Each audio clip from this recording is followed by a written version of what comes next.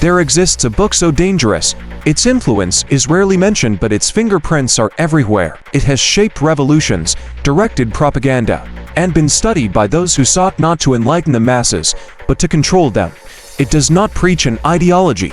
It doesn't speak in moral absolutes or religious doctrine. Instead, it dissects the mind of the crowd, layer by unsettling layer. And if you understand what it says, you may never see politics, marketing, or mass movements the same way again. This book doesn't ask what people believe, it asks why they believe. And the answers are chilling. In 1895, French polymath Gustave Le Bon published The Crowd, a study of the popular mind. At first glance, it read like an academic observation, but beneath the surface, it was something far more powerful, a blueprint for influence. Le Bon argued that when individuals become part of a crowd, they lose their capacity for reason. Intelligence doesn't multiply, it dissolves. Rationality is replaced by emotion, critical thought by blind loyalty. The crowd doesn't think, it reacts. This simple truth forms the core of the book. Emotions, not logic, drive the collective mind. Fear spreads faster than facts. Excitement, anger, all these become contagious. And once those emotions take root, reason has no place. But Le Bon didn't stop there. He observed that repetition creates belief. Say something once, it may be ignored. Say it 10 times, it becomes familiar. Say it 100 times, and it becomes truth.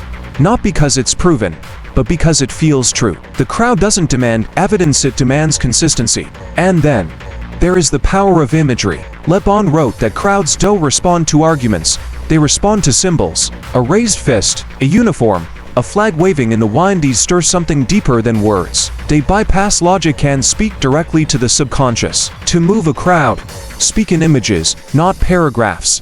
Then came one of his most dangerous insights: the power of prestige. When an idea is endorsed by someone with perceived authority, whether a general, a scientist, or a celebrity, it shuts down skepticism. The crowd assumes, obeys, believes. Prestige silences the question, but is it true? And in the heart of every crowd, Le Bon said, is the yearning for leadership. Not debate, not dialogue, but certainty. The leader of the crowd is not the wisest, but the most confident. The one who speaks in absolutes, who promises simple answers to complex problems. This leader doesn't earn authority through merit, they assume it by embodying the crowd's emotions. Certainty, simplicity, symbolism, repetition, emotion. These are the levers of mass control, and Le Bon exposed them all. It should come as no surprise that the book found readers among those who would go on to move millions, not toward progress, but toward manipulation. Hitler praised it. Mussolini used it. Even modern advertising agencies and political strategists, knowingly or not, operate on its foundations. But perhaps the most disturbing part is this: Le Bon didn't advocate for manipulation. He warned about it. He believed that those who understood the psychology of the crowd could either defend against its dangers or exploit them. And as history has shown, many chose the latter. Because once a crowd is in motion, it cannot be reasoned with. It must be led or it will be misled. So what makes The Crowd the most dangerous book in the world? Not because it tells lies, but because it tells the truth about how easily lies can triumph when wrapped in certainty, repeated endlessly, and delivered by a charismatic voice.